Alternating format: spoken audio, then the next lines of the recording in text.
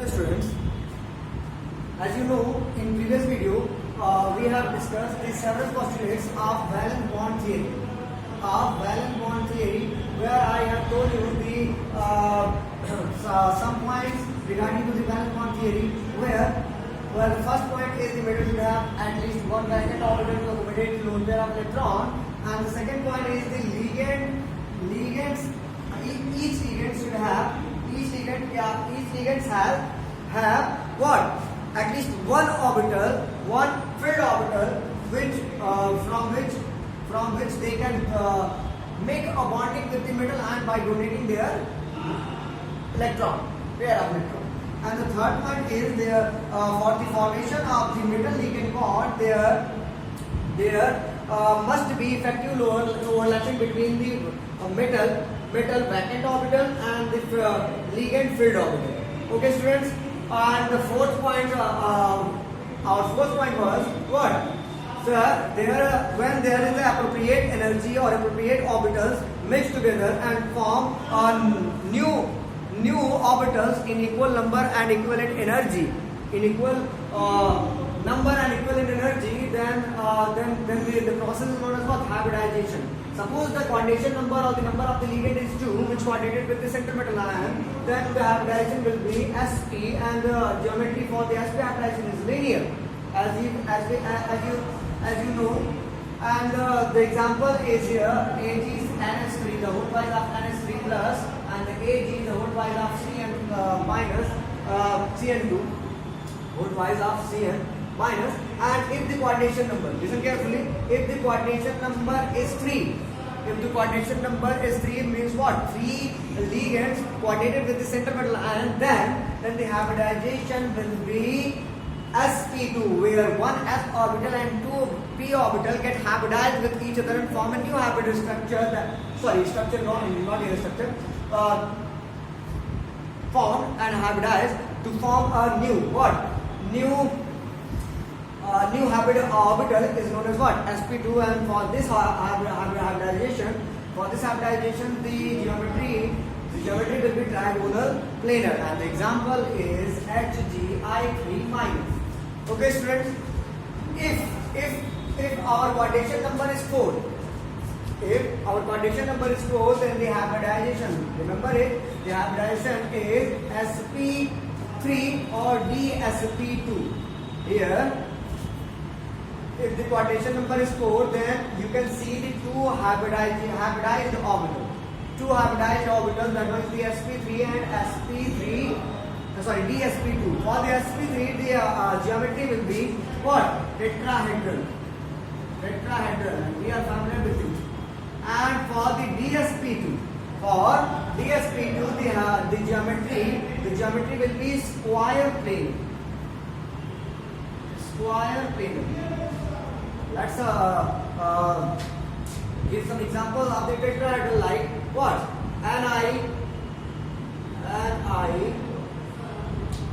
NiCO4, the whole twice of CO4 is tetrahedral. NiCO4, or you can also give example what? Zn and H3, the whole 4 of NH3 2 plus. This one is the also example of the tetrahedral. And for the square planar, you can give the example as what? Sir, nickel, the whole 4 of ammonium 2 plus. This one is the example, and you can also give the example how? Platinum, Cn.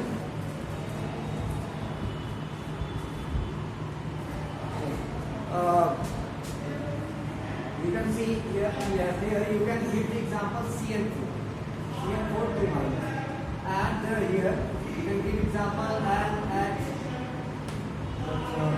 the whole 4 of NH3 2 plus. So students, these are the square planar. Listen carefully. Every metal is bonded with the 4 surrounding ligands, and every metal has the coordination number 4, but their hybridization is different. This is based on the type of the ligand involved in the coordination. It may be a low spin or high spin. We will discuss in the next topic. Okay. So what is the fifth? If the coordination number is fifth, then the coordination, if the coordination number is fifth, then hybridization will be sp3d or dsp3, sp3d or dsp3. So students, this d and this d is different from each other. This one is the outer d and this one is the inner d. We will discuss in the next topic. Listen carefully on next point. So if the sp3d hybridization for coordination number 5, if the for the coordination number 5, if the hybridization is sp3d, then the geometry will be what? Trigonal bipyramidal.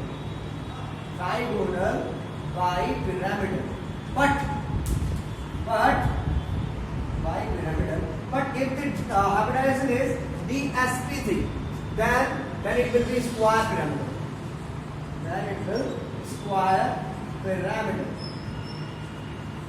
Square pyramidal.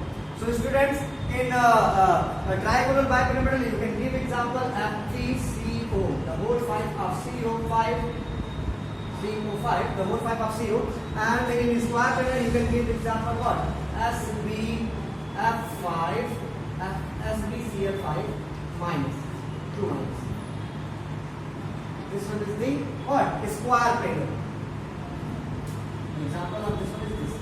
So if the coordination number is 6, suppose the ligand is attached with the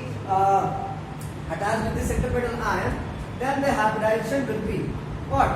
2 times sp3d2 and d2sp3, and both hybridization have the geometry octahedral. Octahedral. You can give example of all each, like for sp3 here for sp3d2 you can give example what? Cu and the whole 6 of x2 whole 3 Cu, and for d2sp3 you can give example how? Sir, you can give example, both are the octahedral. You can give example like CO, the whole twice, whole 6 of C and 6, 3 minus. So students, this is the D2sp3. This cobalt has the hybridization 1, D2sp3, and this cobalt has the sp3d2, and its structure is octahedral, and its structure and the structure of this complex is also octahedral. So students, what is going on here? So if you can see the number of coordination, the number of coordination number is same, but their hybridization is different. How, sir? This is based on the type of the ligand. If the ligand is a strong field, there is two type of the ligand. Strong field ligand and weak field ligand. Strong field ligand and weak field ligand. So we will discuss in the next topic. So students, this one is the fourth postulate or fourth point of the valence bond theory, where I discussed what? Where we discussed about the hybridization. And now, what is the next point, sir? The next point is, that was the fifth point. In fifth point, we will discuss the how a d orbital may be inner or may be outer. Listen carefully. The fifth point is the d orbital. Listen carefully. The d orbital may be inner or may be outer. If it is outer, then the hybridization is ns, np, and d, ns, sp3, d2. Listen carefully.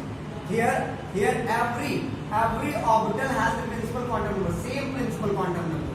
Here every orbital have the same principal quantum number. But in the case of the inner d orbital, we can see the n-1 d2 and s and p3. Means what? Here the principal quantum is not same for the s orbital and p orbital as the d orbital. So how, sir? Suppose this one is the 4s, 4p, 4d. Then this will be what? 3d, 4s, 4p. 3d, 4s, 4p. Okay, and both have the octahedration. both have the octahedral structure. Both have the octahedral structure. So students, how can we predict the d orbital will be how can we predict the d orbital will be inner or d orbital will be outer? Sir, for this we have knowledge about these strong field ligand and weak field ligand. Listen carefully. There is a ligand, type of the ligand. Ligand can be classified into two categories. Listen carefully. First one is your strong field ligand. Strong field ligand. And second one is your weak field ligand. Weak field ligand. And this point is very important for you. Strong field ligand and weak field ligand. What will be happen for the strong field ligand and the for the strong weak field ligand? So students, in strong field ligand, listen carefully. In strong field ligand, a strong magnetic field is generated. A strong magnetic field is generated. This is because of the low spin. This is because of the low spin of the paired electron in opposite direction. So in strong field ligand, the complex, yeah, they form. Simply you can say that the strong field ligand form what? This low spin complexes. This point is very important. Low spin complexes means what? The strong field ligands create a high magnetic field due to their low spin complexes, and they form a low spin. Due to their low spin, and they form a low spin complexes. And one thing more, you must have to remember what? Sir, the strong field ligand, due to their strong field ligand, they causes pairing. Simply, they what? They cause pairing. They cause pairing of electrons. Listen carefully. They cause pairing of electrons. Two things about the strong field ligand. You must have to remember what? They form low spin complexes and they cause pairing of electrons. And due to the causing of the pairing of electrons, the magnetic field or simply the magnetism of these field complexes are diamagnetic. And for the weak field ligand, what? For the weak field ligand, simply you can say they form high spin complexes. They form what? High spin complex. High spin is the main point. High spin complexes. And simply they cause pairing of electrons. They do not cause pairing of electrons. What? They do not.